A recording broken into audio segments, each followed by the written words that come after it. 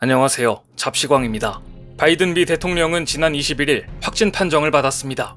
하지만 바이든은 미국 유권자들의 눈을 의식한 듯 26일 반도체법 관련 회의를 화상으로 주재해 건재함을 과시하려 했습니다. 그러나 기침을 자주 하는 등 건강이 정상이 아닌 것은 분명해 보였습니다. 어지간히 급한 일이 아니면 며칠 더 쉬면서 회복을 기다렸을 텐데 격리 중인 바이든 대통령이 아픈 몸을 이끌고 화상회담을 하면서까지 만나야만 했던 사람이 있었기 때문입니다. 바로 SK그룹의 최태원 회장입니다. 바이든은 백악관을 방문한 최태원에게 연신 톤이라고 부르며 친근함을 보였고 코로나 격리 때문에 직접 만나지 못해 아쉽다고 전하면서 무려 10번이나 땡큐를 외쳤습니다. 최태원 회장과 바이든 미 대통령의 코로나 화상회담 장면은 한미 양국 관계뿐만 아니라 SK그룹의 미래 설계에도 적잖은 의미를 지니고 있습니다. 고령의 나이로 돌파 감염에 노출된 데에다 인후통 등 상당한 증상을 앓은 것으로 알려졌지만 최태원을 봐야 한다며 몸을 일으킨 미국 대통령의 모습에서 미국에게 지금 한국의 반도체가 얼만큼 중요한 것인지 알 수 있는 대목이기 때문입니다. 미국의 대통령이 코로나 확진 중임에도 수트를 차려입고 카메라 앞에 서게 한 것은 SK의 통큰 투자 보따리였습니다. 그에 화답하듯 최태원 회장은 이 자리에서 미국 제조업에 약 29조 원을 추가로 투자하겠다고 발표했습니다. 이미 발표된 9조 원 규모의 전기차 배터리 투자까지 더하면 모두 38조 원 규모의 투자를 약속한 것입니다. 이에 바이든 대통령은 오늘 이 발표는 한국과 미국이 21세기 기술 경쟁에서 승리하고 있다는 증거이자 역사적인 발표라고 강조하면서 고맙다는 인사를 10번이나 반복했습니다. 최근 바이든은 유독 한국 기업 총수들과 잇따라 회동하는 모습을 언론에 자주 공개하고 있습니다. 경기 침체 속에서 계속해서 떨어지고 있는 자신의 지지율을 만회하기 위한 이유인데요. 투자는 곧 일자리를 의미하기 때문입니다. 특히 바이든이 공을 들이고 있는 분야는 전기차 등 미래 모빌리티이며 공급망 안정을 위해 미국 내 부품 비율을 높이고 싶어 합니다. 그런데 이 모든 것을 SK가 충족시켜준 것입니다. 이번 SK의 투자 규모가 11월로 다가온 미국의 중간 선거에서 바이든에게 유리한 영향을 줄 수 있다는 전망까지 나오고 있습니다. 선거를 약 4개월여 앞둔 시점에서 바이든의 지지율은 썩 좋지 않습니다. 최근 여론조사에서 바이든 대통령에 대한 평가는 2018년 중간 선거를 앞뒀던 도널드 트럼프 전 대통령보다도 나쁜 것으로 알려졌고 특히 바이든을 당선시키는 데 기여한 애리조나, 위스콘신, 조지아, 미시간 등에서도 약세를 면치 못하고 있습니다. 더구나 사우디아라비아에서 별다른 성과를 내지 못하고 돌아온 것도 바이든의 마음을 다급하게 했습니다. 4개월 뒤에 있을 중간 선거가 정권 심판 선거가 될 가능성이 커진 가운데 바이든 행정부가 기대할 수 있는 호재는 한국의 투자를 통한 일자리 창출을 어필하는 수밖에 없습니다. 전문가들은 최태원 회장과 미국 대통령의 회담이 미국의 반도체 산업 육성 법안 처리 직전에 이뤄진다는 것 자체가 의미심장하다고 말합니다. 미국이 자국 내 반도체 생산 확대에 사활을 건 상황인 만큼 만약 SK의 반도체 관련 투자가 발표된다면 한미 양국 관계에까지 영향을 줄 수 있기 때문입니다. 그런데 여기에서도 최태원 회장의 치밀함이 드러납니다. 전기차 배터리에 대한 투자는 구체적으로 어디에 어떻게 하겠다 명확히 밝히면서도 반도체 사업에 대한 명세서는 희미하게 한 것입니다. 반도체 분야에서는 19조 7천억 원을 연구 개발과 소재, 첨단 패키징 및 테스트 시설 조성에 투입하겠다고 밝혔을 뿐 구체적 계획에 대해서는 말을 아꼈습니다. 반도체 투자는 규모도 크고 복잡합니다.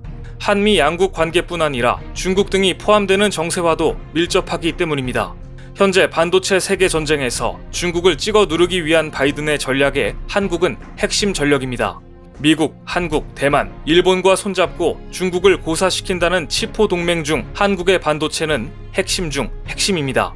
따라서 최 회장의 반도체 투자에 관한 희미한 명세서는 지금 상황에서 몸값을 끌어올리는 최상의 패라고 분석됩니다. 최태원 회장은 이미 여러 차례 2030년까지 520억 달러 규모의 대미 투자 계획을 밝힌 바 있습니다.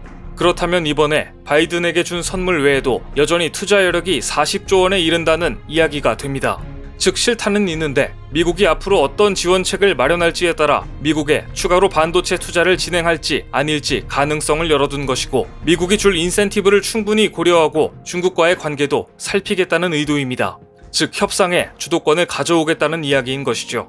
얼마 전 미국 뉴욕타임스는 지금 미국 관료들이 중국이 앞으로 18개월 내 대만에 대해 군사 행동을 취할 가능성이 높다며 우려하고 있다고 보도했습니다.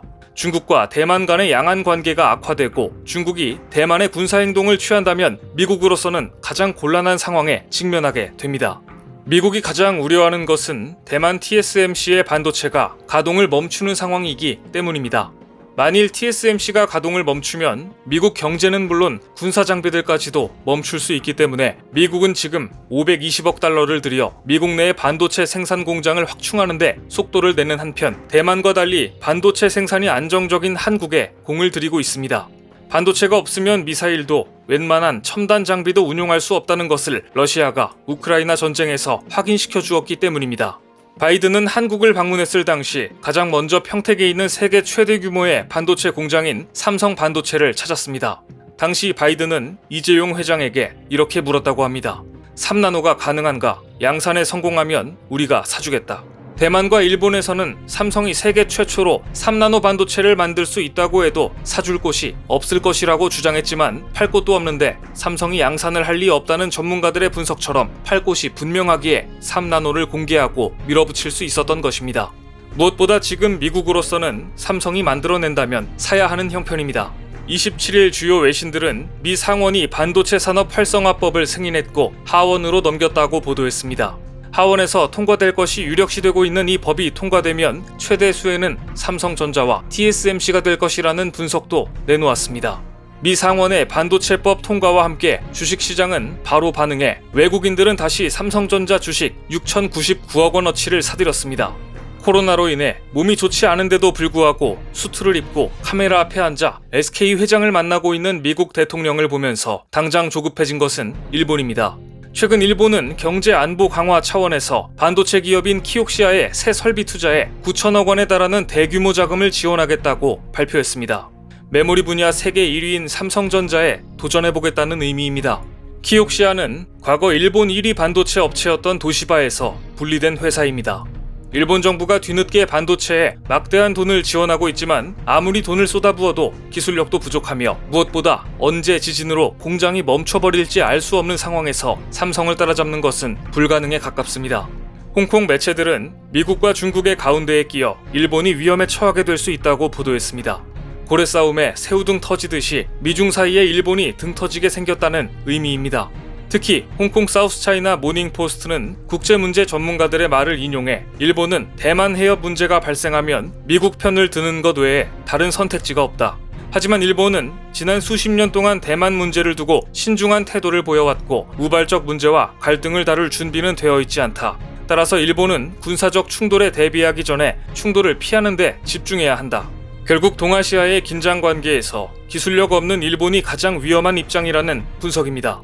반도체라는 키를 쥐고 코로나에 걸린 바이든과 줄다리기를 하는 한국을 바라보며 일본 입장에서는 달라진 한국의 위상을 뼈저리게 느꼈을 것입니다.